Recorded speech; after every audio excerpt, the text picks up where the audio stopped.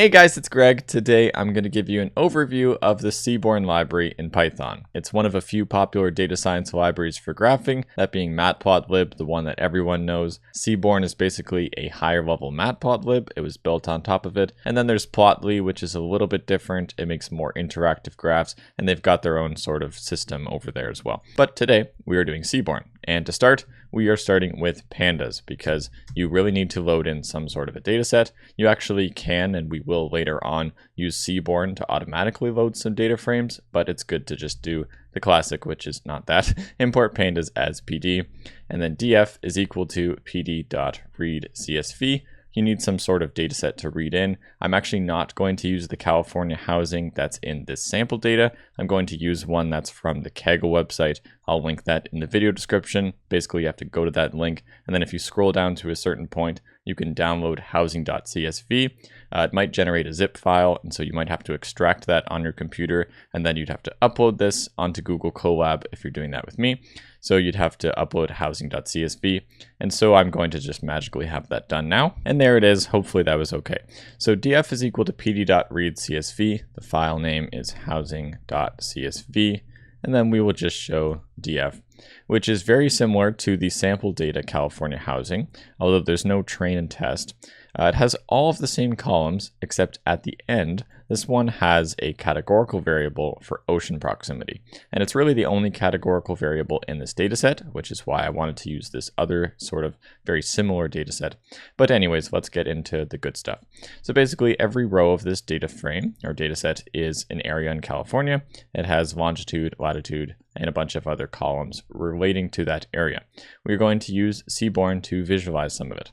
So we'll do import Seaborn as SNS, and I have no idea why it's SNS. Maybe I could look it up, but I was expecting SB or SN, but no, SNS. And then generally you make graphs like this. You don't have to do the G or any variable equals that graph, but we will to start anyway. So we'll do G equals SNS, so Seaborn dot REL plot. So relational plot, it basically is referring to this subcategory of plots for continuous data. Okay, so REL plot, it's just a generic plot. It's not like a scatter plot or a line plot or anything yet. We actually have to specify the type of that here. So we'll do kind equals scatter. So now we've actually specified that we're making a scatter plot. And then what are we going to plot? Well, it kind of makes sense that there would be an X and a Y for a scatter plot. So you can do X equals, so we're going to pass it a pandas data frame. So first I'll just show you data is equal to df. Now we've specified that pandas data frame. Now we'll give it column names. So X is equal to, we'll start with longitude is a column name in that data set. And then we have Y equals latitude as well. And good to go. So that makes the graph, and actually you'll see here that that actually will work, and that's all you need to do. It is missing a title, so I do just want to do a g.set, and this is why you would, one of the reasons you would want to kind of store this in a variable. Again, you don't have to, you could have just called this, but one reason you might want to store this in a variable is so you can do g.set. You can set many things. We will just set the title. We'll just write something random, geographical location of areas in California, because that's really what this is. You should see roughly a layout of California. If you were to go to Google Maps, it would kind of curve around like this if you put the longitude on the x-axis and the latitude on the y-axis. If you did mistakenly do y is like this and x is basically just switching the variables, it will instead look like that, which is not really how California looks. Okay, so X is longitude and Y is latitude. We have this nice graph here. You'll notice it looks very similar to matplotlib because it basically is. It doesn't really look like the Plotly style. I'm not interacting, like I'm not hovering over anything here. It's just showing the different points there. Now, one of the things that's a very nice variable that you can do is add the hue. So very often I'm just going to do this, or we'll copy whatever we had before, and then I'm going to just paste it below with a slight modification. So we'll do this and then add over here, the hue is equal to some variable. And it could be either continuous or discrete. Continuous meaning like a big range of values, discrete meaning like a set of different classes, and we'll see more later about that. But hue, we'll make it for now the median house value. So we pass that over, and it's using the hue, or basically color, as the median house value column. And so what that does, you'll see it is different to Plotly if you've seen Plotly before, but basically it has these 5 different sets of colors here. So it has over here as well 5 different colors. And so anything with this color, I'll just zoom in a lot because it's kind of small. Anything with this color, which is most of them, has a median house value less than or equal to 100,000. And then anything with this color, it's in that range of between 100,000 and 200,000, like these ones here. And then all the way up to, it has to be bigger than or equal to 500,000 median house value. So most of the ones, you'll see them over here, which is that expensive coast on California. And so that's another way to basically simulate a third variable, because you could technically make some z-axis and make another variable. But what's pretty cool about many data science libraries is we go the route of like size of things and colors and shapes and different things still on 2D, but you can kind of think of it as multiple dimensions, because that is actually in some way showing different variables. Okay, so that's the hue, and it's very useful. Something that'll paint like kind of a pretty rainbow almost, as if I were to do the same thing. So copy that, paste it over, and then instead of hue median house value, I'm going to do ocean proximity, which is wonderful. That's a categorical variable. So what that does is shows you all of those categories. So near ocean, well, it kind of makes sense because this is literally an ocean over here if you were to paint it blue. So near ocean is all of these ones. Less than 1 hour from the ocean, you can see they're, well, not quite on the ocean, but pretty close. There's islands, so you can see here these mini points over here. They're just floating, so they have to be islands. And then there's all this inland stuff, which is all of this green stuff here, which is just in the middle, not really connected to the coast. Something else I want to show, which is df sub above median house value. So when I have this syntax alone over here with an equals, I'm going to set a new column on the data frame. So adding a new column called above median house value. And it's going to be this thing over here, which I'm just going to copy paste and show you.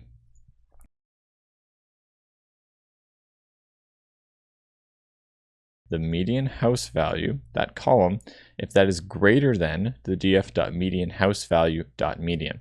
So here I'm collecting the median of the median house values. I know that's a little bit weird, but since it's an area, each of these are an area in California, we have to collect their median house value rather than just one house value. You'd have to get the median house value, and that's the value that's actually stored in the row. But here you could get the median of the medians, which is basically sort of saying, what is the median of all of these different areas, all combined? What is the overall median here? And so if we specify, or if we write this, df.medianHouseValue is bigger than the medianHouseValue.median, well, that's basically just getting a new column, and we're going to convert it to an integer, which is all of those ones. It's labeling each of these to say whether they are above or below. And if that doesn't make sense, I will just show it very, very shortly.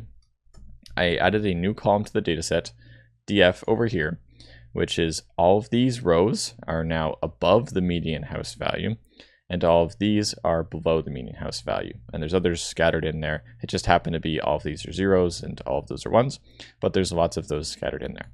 Now what I can do with this, just adding a binary variable here. And so we can do just like a binary hue, like we did with the categorical. We could just copy the same thing over here. And I'll probably stop doing the title pretty soon because it's just a little bit more and it's unnecessary. So I'm going to stop carrying around that title. But here we can do the hue is equal to that column which we just made above median house value. Put that in there, and it's going to be the same thing, except it's going to color only two colors, 0 or 1, whether they are above or below the median house value. And basically what this is saying in general is that these orange ones are the really expensive ones, and the blues are, I guess, less expensive. Some of them still might be close to the median, but in general you can see along the border here that all of these ones are most expensive. So the reason for doing this was not just to do a irritating pandas exercise, although to be honest, when you actually start doing stuff in Seaborn and graphing, you'll have to do clever things in pandas, and so I want to show them every now and then. But the main reason to show this is that you can make really cool visualizations if you can just do some simple transformations in pandas first. Okay, there's also one other thing I want to show here, which is this thing called style. So if I were just to copy this same thing in here, copy and paste that in there, and instead of hue, we will set just style is equal to the above median house value. And so if I have style for this binary variable, well, style is basically the shape of these points. And so here, if you look really closely, we have some are X's and some are just circles here. So this is just very similar to the color, except instead of changing the color completely, we could change the shape. And if you wanted, you could combine these things. And so I will copy and paste all of that in there just to show you everything. It's the same thing as before. But we're going to add, and actually I'll start doing this because these things tend to get bigger and bigger over time. Hue is equal to, you could do the same column or you could do a different column, it doesn't really matter. But if you do the same column here, well then what that does is it makes the blue circles zeros and the orange X's 1. If you were to make those two things, hue and style, different variables, well then you'd actually have, you'd have to look at both the color and the shape to determine exactly what it was. But here, since they're the same thing, they are just styling in a slightly different way, I suppose. And if you wanted to, you could set the style equal to a continuous variable as well, and it would do something slightly different. You could also do size, one more just to show another variable. If you wanted, you could do just so we have the notebook, I will keep that. Size is equal to median house value. So just the continuous variable, not the binary variable, whether it's bigger or below. Now you can see if you look really closely, it's hard to tell with this, but some of the points are smaller than others. Some of them are bigger than others. And so the size, which is denoted by this thing here, it specifies that basically the smaller the size, the smaller the median house value for each of those individual points. Okay, so I'm going to be done for now with this California housing dataset, and we're going to go on to one that has time data, because this dataset is really not, it has nothing to do with time, and I want to show you what you can do with time. And it's pretty simple. Some of the stuff, sometimes working with dates and pandas in particular can be a little bit frustrating, but usually the time-based stuff is pretty easy if you just fight through the data annoyances. It looks like I'm going to use TensorFlow, but I'm really not. This is just a convenient function to get a file automatically from the internet. So tensorflow.keras.utils import get file, and then we'll use this a few times because often you'll want to deep copy things in pandas. If you don't really know what deep copy is versus copy, don't worry about it. It just means make a full copy of things, and pandas is a little bit particular about having to do this sometimes. From copy, import deep copy, and we'll also need OS briefly. This part's going to look confusing, but really it's just a big link. I will just copy and paste it in and slowly slide along so you can see what the link is if you are following along. And by the way, of course, I have all of the code in the description of this video if you are looking to try and follow along. And we can, so basically that just downloads this file and extracts it. We can get the CSV path, and just a dummy variable is what they're doing there, is equal to os.path.splitText, one thing, zip path. Don't worry about this, it's just for collecting a file. And then weather df, because we were getting, the whole point of this is just to get a dataset that has a bunch of weather information. Weather is, well, generally associated with time. You usually look at weather across time. Weather df is equal to, again, pd.read CSV with the CSV underscore path. And then weather df. Outputting that dataset, we can see it's actually a really big dataset. Downloads all of that, outputs the data frame, and here we have a date time, which is actually just a string, and it's weird. It looks like it should be a date time type. Again, dates are always annoying. We'll fix this shortly. We have pressure, which is written like this, temperature, which is the one we're actually going to be using, and then a bunch of other variables. Basically, all that we have here, as you can see, if you look at the end here, you can see the format of the date. We have day, month, year. and then the time at which the weather was sampled. So basically, each row is a sample of the weather. We have so much information about the weather at every 10-minute point. So this is minutes here.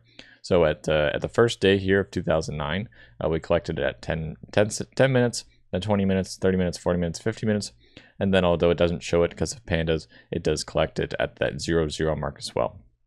Okay, so basically what it's saying is we're getting the weather every 10 minutes and storing it in this data frame from all the way up from 2009 to 2017.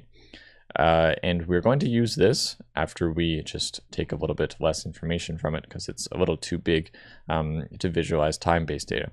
So we will do, sorry about that, weather df, we're just going to overwrite this thing. Weather df is equal to weather df sub. You may not have seen the syntax before. If you have, then it's kind of advanced. If you do it like this, 2 colons, and then we're specifically writing 6 times 24 because there is 6 samples every hour, and there's 24 hours in a day. So what this is getting is basically saying only collect 1 information per day because we're doing a skip here. This double colon is like a skip, only take a certain amount. We only want to take every 6 times 24, whatever that equals. You only want to take that many points so that you can get 1 point per day. We'll just see the result shortly. And then since that piece itself gets 1 per day, we're just going to get 1 the first year. So we're just going to sample it and say 1 colon says, sorry, there should be a colon there. So this actually messes up the indices of the data frame a little bit. So we're going to do weather df dot reset index. And when you do this, you generally want to do drop is true and just in place is true with the way that we're doing this. And then there is something that I just want to save for later because we're going to do some copying stuff. We'll do weather df full is equal to deep copy of weather df. And so we're not going to use this quite yet. We'll use that later. But what we're actually using right now is weather df is equal to weather df sub. I'm just going to write in some column names that we're collecting. So if you write it like this, just copying and pasting the to list syntax to pass this a list of column names and say we're only keeping the date, time, the pressure, and the temperature for now. And we'll just output weather df to get this. So basically just a different form of the data frame. We have 365 rows because we have, as you can see, each day of 2009 basically goes all the way up from the beginning all the way to the end of 2009 perfectly. Actually, I'm surprised it was quite that perfect. And pressure and temperature for each of those days. Now if you're asking what actually is this value, what is pressure and temperature for a given day, well, you can see that it's at the 10-second mark for these and the 30-second mark for these. Probably a slightly better thing to do would be to do a group by the day and take an average over the day. So all those, it would be 6 times 12, 6 times 24 estimates throughout the day and take an average because this is just some random sample of that, but it doesn't really matter for our purposes. Just letting you know, you might want to do a group by instead. Now if we look at the date column, and this doesn't really look, I know this is starting to look like a pandas tutorial. Why am I showing so much pandas? It's because you really have to get used to this if you want to do any sort of interesting stuff with plotting. And so just to show you right away, this should be a nice data set, but it's not. D-type object, it should show something about a date time and not the name. The name is irrelevant. So how do we convert this to a date time type? So what we have to do is, have I imported date time or the deep copy already? Yes, I already imported deep copy. Okay, so we're going to use that deep copy again because we're going to do weather df is equal to a deep copy of the weather df. Don't worry about that, just need to copy it again, trust me. Weather df sub date time, so that column there. We're going to overwrite this and make it equal to the pd.toDateTime of that same column, weather sub date time. So we're going to use that and format it with, we specify that the format is what it's currently in, and the format that it's currently in looks like this. And if I just paste it in, it's in %day, %day dot %month dot %year space %hour, %month, %seconds, like that. Okay, it's annoying date stuff, and I just want to make sure I show that because it's frustrating. Weather df sub date time. Luckily now we have, no, I haven't. I wrote weather instead of weather df. And now I've fixed the fact that that date time, or that column, was not actually a date time. It just looked like one. We actually properly converted to a pandas date time, and now it'll start to register properly. That's really important for graphing, because if you have stuff not actually in the proper datetime format, when you're dealing with time-based data, it gets wrong all the time. So you really need to make sure that that's right. Okay, and just to show you that we added that into the data set itself, weatherdf.head. And so that's the new column that's right there. We just overrided that column. Now, all of that pandas work, really nothing to do with Seaborn, but you're going to have to do it. We'll do sns.relational plot. So we'll make a relational plot, and we're going to specify that the kind is a line. Actually, I'm not sure if I showed you yet, but we really should make this, should show you that there is a line plot option. You could do relational plot with kind as line or kind as scatter, but we will just do what makes it easier for us is sns.lineplot. So you don't have to specify the kind because it's already saying it's a line plot. And what is a line plot? Well, this is, I'm using this because we're doing time-based data. It's going to make a line instead of a scatter plot. And so we are still going to specify that x is the date time, because that's that new column there. And since it's in a proper date format, it'll register well. X is date time, y is equal to t with degree C is how it happens to be written. We're just going to look at the temperature, ignoring the pressure, and then we'll set the data equal to weather df. We can run it, and there you go. It makes a line plot that looks exactly like matplotlibs. Really, this is nothing different. There is actually some technical details that make it different in certain scenarios, although as is, that really is all it is. Just to let you know, sometimes you run into issues with the way that the dates are presented here, and so you'd have to do it like this instead. This is really just the same thing. That's that exact copy paste there from above. We're setting g equal to that, and then if you do g.figure.autoformat xdate, you'll see that it actually modifies it a little bit, but that's not the point. It's for sometimes this gets messed up, and so that would help. That would work as long as it actually is in a proper date type format. Okay, one cool feature of this is that if you were to shuffle up the data set and you had the rows randomly mixed up, we can do this in pandas. This isn't a pandas tutorial, so I'm just going to copy the pandas specific stuff in this time. Weather df shuffled, so shuffling the data set, is equal to weather df.sample with frac equals 1, basically saying take all of it, and then weather df shuffled it dot reset index, that same thing to fix the indices, and then that shuffled data set is really, it should look exactly the same, but then the days are not as you would expect them to be. And so what's important is that if you were to copy and paste this exact thing above, that exact same graph that we just created, then what that does is, sorry, this has to be with a df shuffled now. If I output that again, it will run the exact same graph. Okay, note that it's not like jagging up and down or like the index is messed up or anything. It sorts the data first and then by the date, and then it's going to output that so that it does exactly what you would want. So you don't have to rely on that being in the right order. Okay, so now something, we're going to do some stuff that's a little bit similar to the above, where we are starting to make these graphs a little more complicated. And this is where it's going to kind of stretch away from matplotlib's base ability itself. Something extremely similar to before, we're going to add in a column onto the data set, a binary column. And instead of, as before we made if one of the variables was greater than the median, just for fun, we're going to do if one of the variables is greater than the average.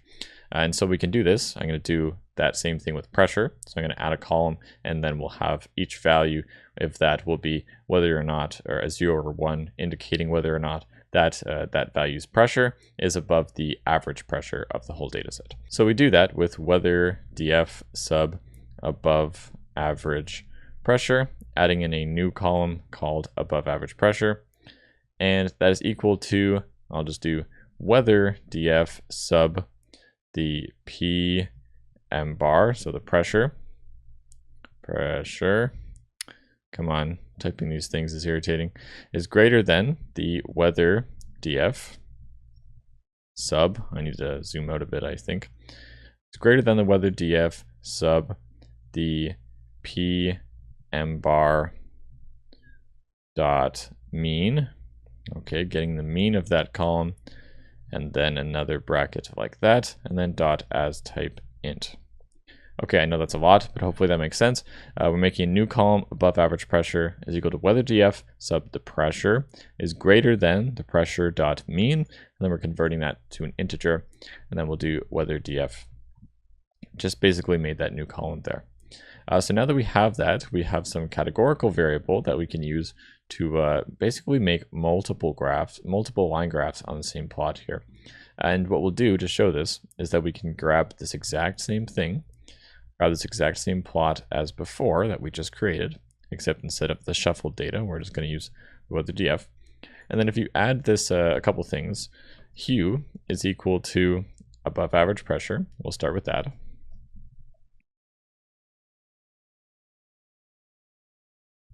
Above average pressure, and we'll just run that as is. You can see here it now makes two graphs. It makes one for each of the different variables here. And so what's going on? What you might have expected, and what I actually would have expected, was you would have the one temperature graph, because we're clearly stating that the y is the temperature in degrees Celsius. Then I would have thought that on the one graph, it would have the color of the pressure. But it doesn't. When you have hue is above average pressure, what it actually does is it separates all the points into all of the ones that have the below average pressure, all the zeros, and all of the ones that have the above average pressure, and then it plots those as two separate graphs, which is a really nice functionality to make multiple graphs here. You just add in one parameter, and then you're looking at the same variable, except across different subsets of the data. And so there should be different amounts of each point now. I know it looks like there's kind of the same amount of points for each line, but there must not be. And I can also show some of it with, if we do markers equals true, then what that does is actually, I think with that, you need to have the style if you're going to do that. So that should be style is equal to, we'll make that same column above average pressure. If we add in that as well, then you're going to see that we have this style here in this marker where it's actually showing each of the points, and the above average pressure is the blue dots, and the below average pressure is the blue dots, and the above average pressure is the orange X's. So that's pretty cool. And what I'm trying to say here is that there should be different amounts of points, because some of them will be below the average, some of them will be above the average, but it's not going to work out the same. If you had the median, then it probably would be the same amount, or maybe off by one. But this way, it would be, since we did the average, there should be a different number of points.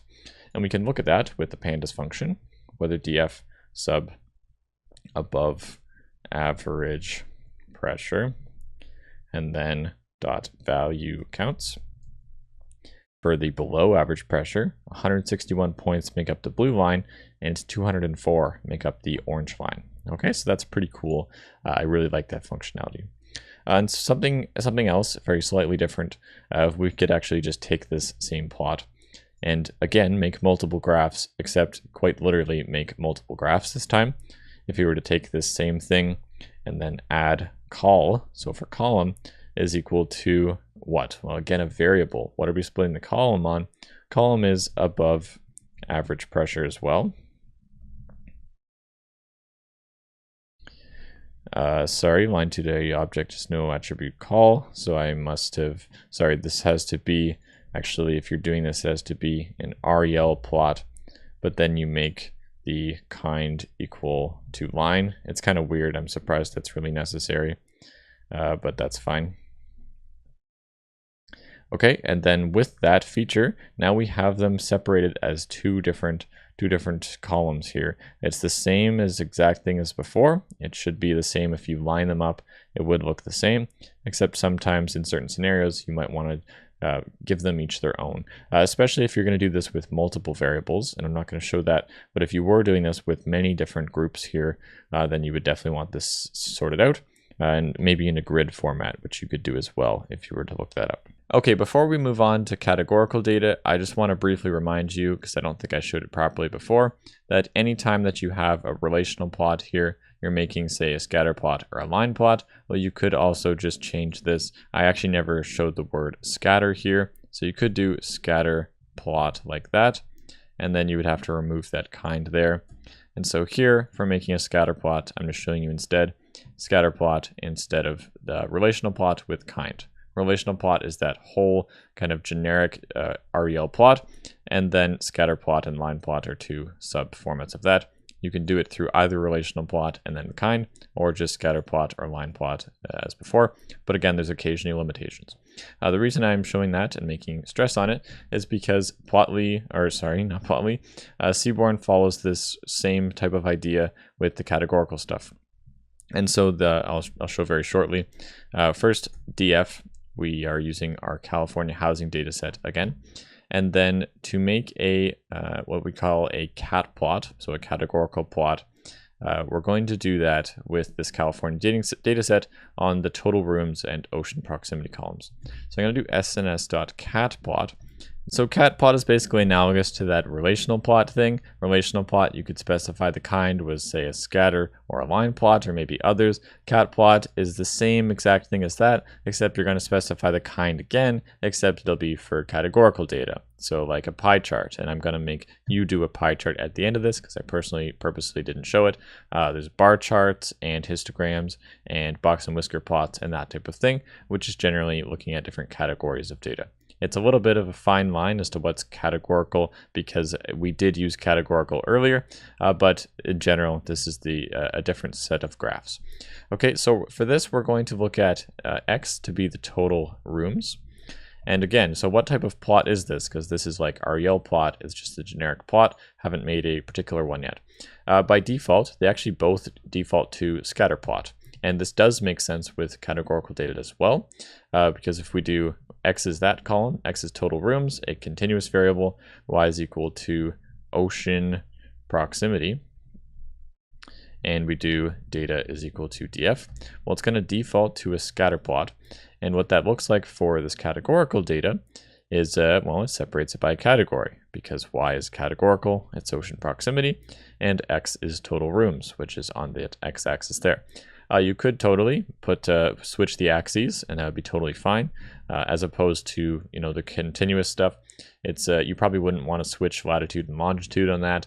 Generally, time is on the x-axis, but here, since they're just categories, you really could put it on either axis, and that's totally okay.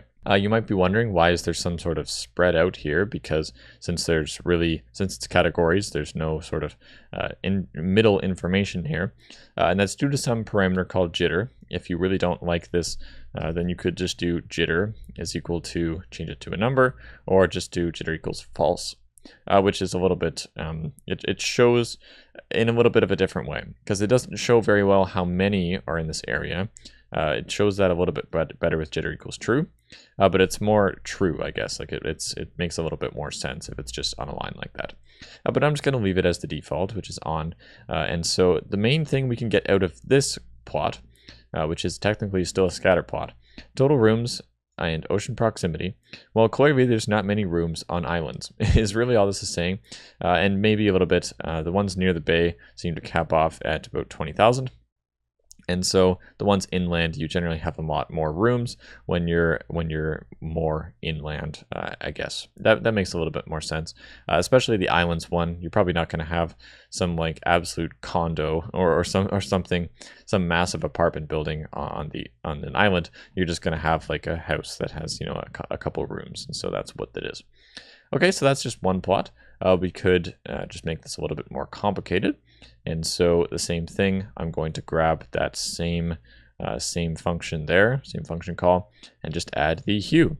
So we'll do hue is equal to, we'll do a continuous column above median, a binary column that we made above median house value. Okay, we made this column earlier for whether or not each of those were above the median, basically median house value. And so if we put that as the hue, well, then you can see it kind of mixes them up here. It's a little bit weird because this is total rooms and this is median house value, and so it kind of scatters it around in a not very good way. So we're going to change this as well to median house value. And so now, since those two columns, since those two things are matching up, X is the median house value and hue is also the above median house value. Well, now you can see it kind of draws a line through at the median house value, at the median. I know it's a little bit weird because this is the median house value on the data set, and this is like the median of the medians, but you can draw that line there. And then everything above here has a median house value above that median, and everything below has a value below. So now we're going to do a box plot, and it's pretty simple. You could do SNS, either you could do that cat plot and then pick the kind as box or box plot, I forget which one, or you could just do SNS dot box plot with X is equal to the median house value, and the Y is equal to some categorical variable. We'll just keep using ocean proximity because that's really all we've got. Ocean proximity, and set data equal to df. So now what we did, we set the x-axis on the median house value and the y on the ocean proximity. So there's that column, there's that categorical variable there for the ocean proximity. And we made a box and whisker plot, basically. It's a very nice plot. If you don't know, if you aren't familiar with what it is, basically that line in the middle represents the median of the data. And again, it's the median of the medians. It's a little bit weird, but it's the median for the near bays. This is the first quartile, which is the 25th percentile or 0.25 quartile. This is the 0.75 quartile or 75th percentile. This is the minimum, this is the maximum, and the whole range is throughout there.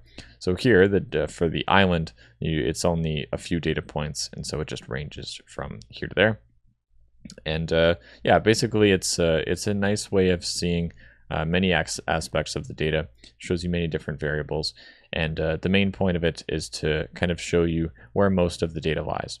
So here you can see that this whisker, these are called the whiskers, these things that stick out, and these are called the boxes. So it's a box and whisker plot.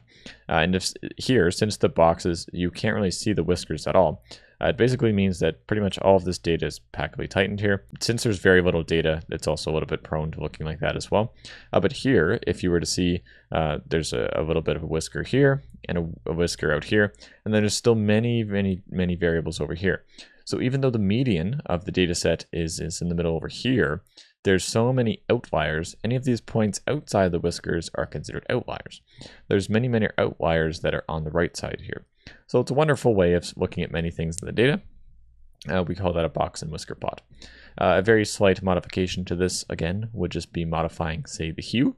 And so we could do that same plot as before, but then I'm going to add in a hue is equal to that binary variable above median house value, and data is equal to df. Okay, so basically what that does is it's going to split that, and since that's the median house value, well, it's going to split that right on that point there every time. So it draws a line through that median basically. I know it's, again, very weird, but we have a median house value on the x-axis that shows the whole box and whisker plot. And then if we separate the hue by that above median house value, well, it separates it into this, which is a box and whisker plot for below and below the median. And this is a box and whisker plot for above for each of those categories. Pretty cool. You could do a different variable and then it wouldn't really draw a line through that. But that's the variable we happen to make. And actually, just to do that for fun, we will do, say, what is it? What's that column for income? I forget what it's called. Sorry for the jump here. I just need to go up here. It's actually, I'll do age. That should be good as well. So if we maybe change this column to housing median age, then we look at this, you can see, yeah, they don't really draw a line through it anymore because it's not referring to the same type of variable. Here, we're splitting it on the housing, whether it's above or below the housing median value, but the housing median age is the one on the x-axis. So we're looking at the distribution of the age and then split by whether that area happens to be above or below the median house value. It's I'm not going to really look into the insights of that because I just made it randomly, but you can do a lot of really clever things with that. Something very similar to a box plot, but I guess probably came a little bit after, is this idea of a violin plot. Looks very similar, but it involves an estimation technique to look at densities, and you can do sns.violin plot.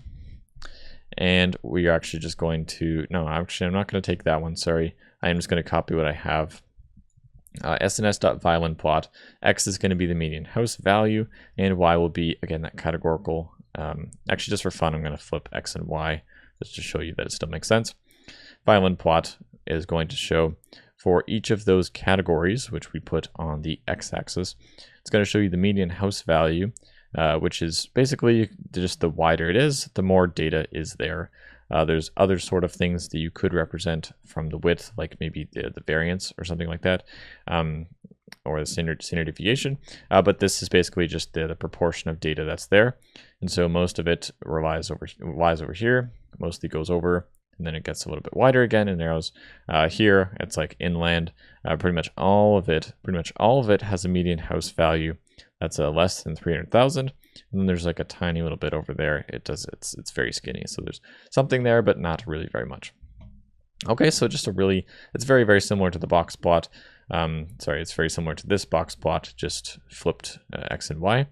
But it's a little bit cooler in my opinion. I like it slightly more. Okay, and that's it for that dataset. Okay, the third and final dataset we're going to use is the Titanic dataset, and luckily you can load a slightly modified version of it through Seaborn itself. Titanic is equal to sns.load dataset. Then we can pass just the string of Titanic to get to the Titanic dataset, and then outputting that, it's just a way of grabbing pandas data frames, and so Titanic gets this. It's 891 rows where each represents a particular person, where they had a class, which actually this is really just this variable over here is just a mapping from 3, 1, and 2. 3 is third class, 2 is second class, and 1 is first class. You can see that they're fair for the first class person, much higher, much lower. And there's the sex or gender of that person. I believe it's just labeled as male or female in this case. Age is, well, it's a number. There's not a number, so there is some missing data in this, but it doesn't actually matter. Plotly, or I always say Plotly. Seaborn is not really going to care. Okay, so just a data set where the main point of it is to have a bunch of information, and it's used in machine learning to try and predict whether or not somebody will survive. So we have a column of whether or not they survived the awful Titanic tragedy. Okay, so we're going to start with a histogram, and so we'll do sns.histplot with data is equal to Titanic, and we'll do x is equal to age. So I'll make a histogram of the age. Bins is equal to 30, number of bins in a histogram, and that's it for now. So it's a very simple way to just basically bin and count the number of people that had a particular variable, in this case age. So there's a fair amount of people in the jump here with a very, very young age, basically just born babies. That's, there's 30 people in that. So the count is just saying how many people total, and the x variable is just their age. So we have about 30 babies or so, 15 between the ages of like 2 to 3, 12 or so between like 8 to 9, 9 to 10 or so, 15. Then the majority of the people were in this range between 15 and about 40, 50, 60 or so. The majority of people, actually I guess, no, more like 40. The majority of people are between about 15 and 40 in this range here. And the box would say how many of them there are. One thing that you could do, you wouldn't unless you're a little bit more statsy, but you could do this KDE thing, set that equal to true, and it pretty much just makes a nice curve. Note that it's not just drawing a straight up normal distribution on it. It is actually trying to get the density as best as it can, modeling that in a particular way. Certainly not going into the way it's doing that, but it's just kind of drawing the curve as to the probability curve if you were to generate one. Something you could do, which is often more useful than actually counting how many, because this number is very particular. The count is very particular on the amount of things that are in the data set in general. There's 891 rows, but a lot of the time you don't really care about how much data you have. You'd more so care about the percentage. And so we're just going to copy, actually I don't have any need to copy that in. I'll just add that the stat is equal to %. Okay, and that just changes the y-axis from count to %. And now it's basically 9% of the people had an age of about 22, 9% had about 21 or so. And it's the same thing, just the proportion or percentage instead of the true count. Right now, this is looking at both genders combined. You could actually split it up. So we could do hue is equal to the sex column. And then we have both of them. So you can see in general, there's usually more males than females. We could actually just do a simple pandas check for that. Titanic sub sex dot value counts. And you would see that there's much more male than female representation here. So that's why the blue is higher than the orange. But here we have the percentage of both the males and the females. And that other line that's, if I zoom in on it, that other line in the middle is whichever one is not dominant. So since the females were above on this one, that line would be for the males, and all the males here, then it's the one for the females, and it's a lot lower. Together, if you combine them all together, then it should be still equal to 100%, otherwise that wouldn't really make sense. And if you combine the percentage of all of the blues, then that would make up the percentage of the males, which looks like, like 70% or whatever that is. 577 divided by 577 plus 314, which is, 65% is males. Okay, so hopefully that makes sense. And now we're going to look at something slightly different, but very similar, which is a bar chart. It's basically a histogram, except this column is going to look at something in particular. We can choose what it is equal to, and you can do a lot of funky things with it. The bar plot by default is actually going to do an average. And so if we do an SNS dot, you could either do cat plot and then kind as bar, or just we'll do bar plot. We'll do X is sex and Y is equal to age with data equal to Titanic. Should probably zoom back in.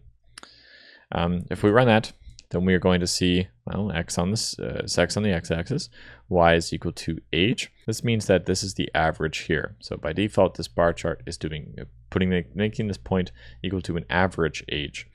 You could do a different way, a different representation. By default, it's average, but if you specified the estimator, and this can actually be used in, I believe, all of the graphs. If you do estimator is equal to a function of a way of doing something with data. And so if you give it sum, just the function itself, well, now instead of doing an average, it's going to sum the data.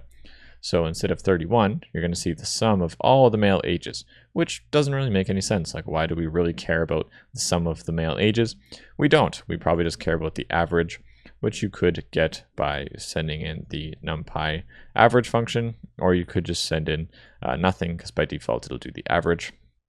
And so there we go, back to the average of 31 for the males and the female average of about 26 probably. If we look at the survived column, well, it's a binary variable, 0 if they didn't survive, 1 if they did. And so we could do SNS dot bar plot again, bar plot with Y is survived.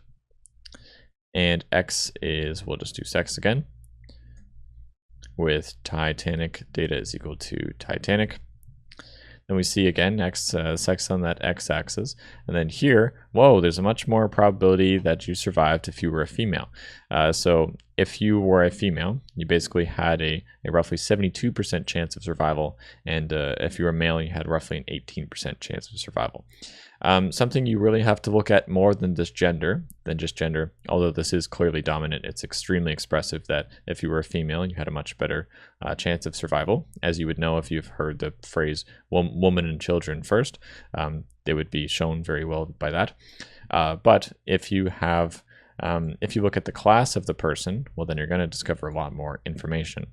So if we do survived and sex and hue is equal to class, well, then we have each of the classes. So for the males here, if you were a first class male, you had about a 30% chance, 35% chance of surviving, about an 18 for a second class male, and then lower 15 for a third class male. And then all of them, a third class woman actually had a higher percent than a first class male, which is kind of interesting to know. So I guess it really is women and children first, regardless of who was rich and who was poor. But most very unsurprising, if you were a woman that was in first class, you almost certainly got out. You had over like a 90% chance of survival. For second class, very well as well. And then a pretty big drop off to third class there. A much more notable drop off from a second class female to a third class female versus second class male to third class male. Like before, if you kind of wanted these as different graphs, I actually like it as is, except that for some reason you really wanted to look at them separating the graphs fully by class. You could do call as well. Call is equal to class, except again that'll throw an error as we saw before, because if you do the class parameter, that has to be done with this has to be cat plot, and this has to be the particular type of graph. And so kind is equal to, I'm guessing it's bar, although I don't remember. Yep, bar plot. And then here you go. Class is first, second, or third. I liked it better as before, but that's just a different option. I hope this was helpful. If you are not subscribed to the channel, maybe consider doing so, and drop a like on the video if it was helpful, because I really do appreciate it. And most importantly, have a great day. Make a pie chart on your own in this if you haven't done it. Just go off and do something by yourself. I hope it's not very hard. And I'll see you later, guys. Bye-bye.